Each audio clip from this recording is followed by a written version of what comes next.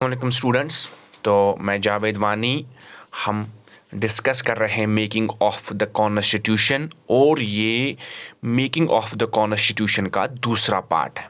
पहला पार्ट मैंने already upload किया है और ये दूसरा पार्ट है। मैंने आपसे वादा किया था कि मैं बहुत जल्द इंशाल्लाह दूसरा पार्ट लेके भी हाज़िर हो जाऊंगा, और ये दूसरा पार्ट है। पहले पार्ट में हमने डिस्कस किया था demand for a constituent assembly, और अब दूसरा पार्ट है। हम अब इसमें पढ़ेंगे composition of the constituent assembly, यानी जो कॉन्स्टिट्यूएंट असेंबली बनाई गई थी कैबिनेट मिशन के बाद, जो 1946 में आया था। उसके बाद क्या हुआ कि किस तरह से यहाँ पे कॉन्स्टिट्यूएंट असेंबली बनी, और उस कॉन्स्टिट्यूएंट असेंबली के क्या फीचर्स थे, वो कब बने और कैसे वो मुरतब हो गई। तो सबसे पहले हम डिस्कस करते हैं कॉन्स्टिट्यूएंट असेंबली की कंपोजिशन। तो कॉन्स्टिट्यूएंट असेंबली जो है ये कॉन्स्टिट्यूट की गई थी, ये बनाई गई थी नवंबर 1946 में। 1946 में बनाई गई थी कॉन्स्टिट्यूएंट असेंबली, और इस कॉन्स्टिट्यूएंट असेंबली के क्या क्या फीचर्स थे वो हम डिस्कस करेंगे। ये नवंबर 1946 में बनाई गई थी, नवंबर 1946, ठीक है। यह है नवंबर 1946। उसके बाद जो है नवंबर 1946, इसकी सबसे पहली जो टोटल सीट रंग थी कॉन्स्टिट्यूएंट असेंबली की, टोटल सीट रंगत कितनी थी? 389। यानी टोटल सीट रंगत कॉन्स्टिट्यूएंट असेंबली की 389 थी, और इन 389 में जो 296 सीट्स थे, यानी आउट ऑफ 389 सीट जो हैं, 389 मेंबर्स जो कॉन्स्टिट्यूएंट असेंबली में बनने थे, उसमें जो 296 जो हैं वो अलॉट किए गए थे ब्रिटिश इंडिया को। आपको पता होना चाहिए, जब ब्रिटिशर्स यहाँ पे रूल कर रहे थे तो इंडिया जो है ये दो अलग अलग किस्म की डिवीजन्स इसमें थे। एक तो ब्रिटिश इंडिया था जिसके 11 प्रोविंसेस थे, और इसमें 4 कौन थे? गवर्नर्स प्रोविंसेस, ठीक है। और इसमें चीफ कमिश्नर्स प्रोविंस ने कहते, ठीक है ना। तो वो 4 थे। टोटल कितने थे? 11 + 4 कितने हो गए? 15। और उसके अलावा यहाँ पे 93 प्रिंसली स्टेट्स थे जिनके ऊपर राजा महाराजों का रोल जो था, जैसे हैदराबाद था, जूनागढ़ था, या जम्मू एंड कश्मीर था, ठीक है ना। तो 93 सीट जो हैं वो प्रिंसली स्टेट्स को अलाउ किए गए थे।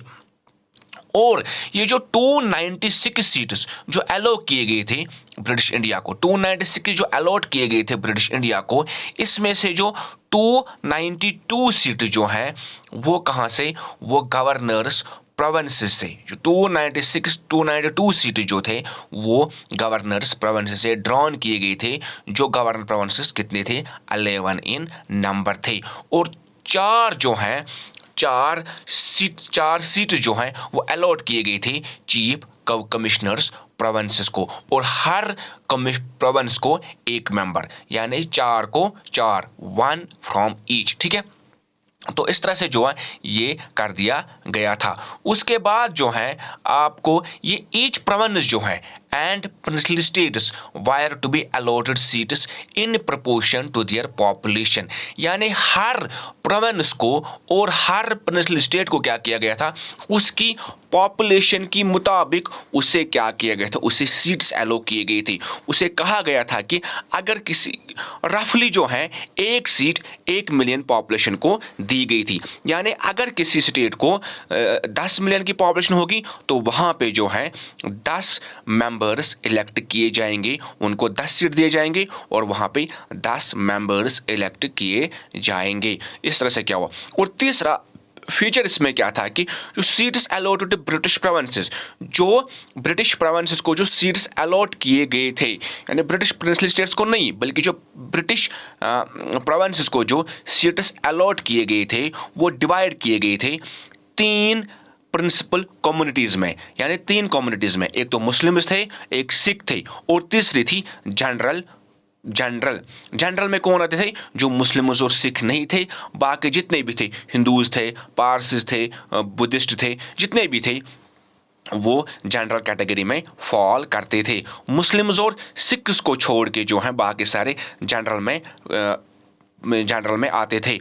और इससे क्या किया गया था, इन्हें in proportion to their population इन्हें क्या गया था, इन्हें सीट्स दी गई थी। सपोज किसी इलाके में उस वक्त जो है 1 मिलियन मुस्लिम्स रहते हैं तो उन्हें 1 सीट दी गई थी, तो उन्हें 1 सीट दी गई थी। 1 मिलियन पॉपुलेशन को 1 मुस्लिम जो थे तो उन्हें 1 सीट दी गई थी। इसी तरह से जो है the representatives of each community were to be elected by members of that community in the provincial legislative assembly. तो PLA क्या होता है, प्रोविंशियल लेजिस्लेटिव असेंबली।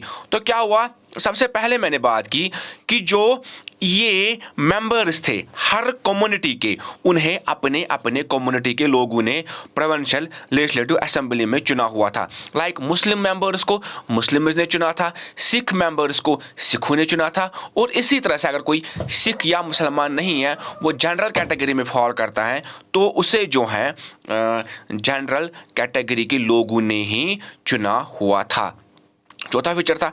पांचवा फीचर क्या था इसका, इस कॉन्स्टिट्यूएंट असेंबली का, the representatives of princely states were to be nominated by the heads of princely states. और जो प्रिंसली स्टेट्स के जो रिप्रेजेंटेटिव्स थे, 93 रिप्रेजेंटेटिव जो थे, उन्हें क्या कहा गया था, उन्हें ये कहा गया था कि आपके यहाँ इलेक्शन नहीं होगा, बल्कि आपको क्या करना है, आपके जो हेड हैं, आपके प्रिंसली स्टेट का जो हेड है, जो राजा महाराजा है, वही क्या करेगा, वही इसको नॉमिनेट करेगा। सपोज जैसे उस वक्त जम्मू एंड कश्मीर में हरी सिंह थे, तो हरी सिंह को ये पावर था कि वो किसी को भी जम्मू एंड कश्मीर की तरफ से एक कॉन्स्टिट्यूएंट असेंबली के लिए क्या किया जाए, उसको नॉमिनेट किया जाए। और बाद में क्या हुआ, जो कॉन्स्टिट्यूएंट असेंबली के लिए जो इलेक्शंस हुए वो जुलाई और अगस्त के दरमियान 1946 में हुए।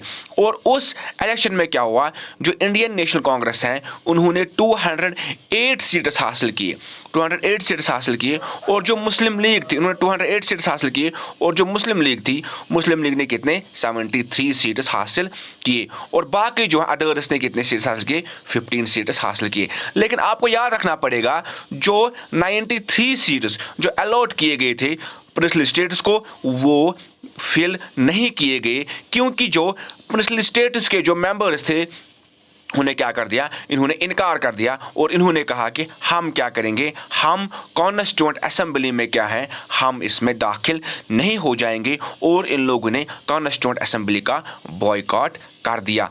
इस तरह से क्या हुआ, इस तरह से ये जुलाई और अगस्त के दरमियान जो है इसकी इलेक्शन हो गए। 208 सीट्स में कांग्रेस को आए, 73 मुस्लिम लीग को, और 15 सीट जो हैं वो बाकी लोगों को आ गए। लेकिन जो 93 सीट्स फिल होने थे वो फिल नहीं हुए। और इस तरह से जो है ये कंपोजिशन थी कॉन्स्टिट्यूएंट असेंबली की। अब मैं अगला वीडियो लेके आऊँगा, वो working of the constituent assembly है, यानी कॉन्स्टिट्यूएंट असेंबली ने कैसे कैसे काम किया, वो उस पर एक वीडियो बनाऊँगा मैं इंशाअल्लाह ताला वेरी सून।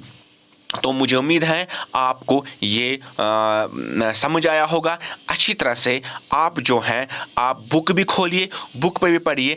अगर आपको कोई प्रॉब्लम है, आप कमेंट सेक्शन में लिखिए, आप मुझे बताइए, मैं आपको अच्छे से समझाने की और कोशिश करूँगा।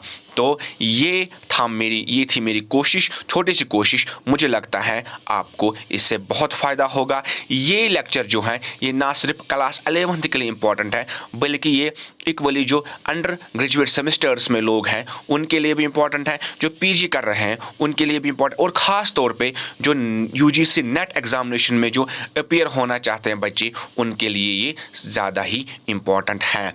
तो शुक्रिया आप लोगों का। प्लीज़ मेरे चैनल को आप सब्सक्राइब कर दीजिए, आप इस पे बेल आइकन पे प्रेस कर दीजिए, ताकि आपको जो है लगातार नए वीडियो की नोटिफिकेशंस आती रहेगी।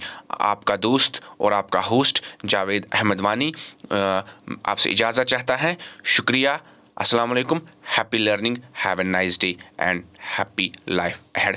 Thank you, God bless you all.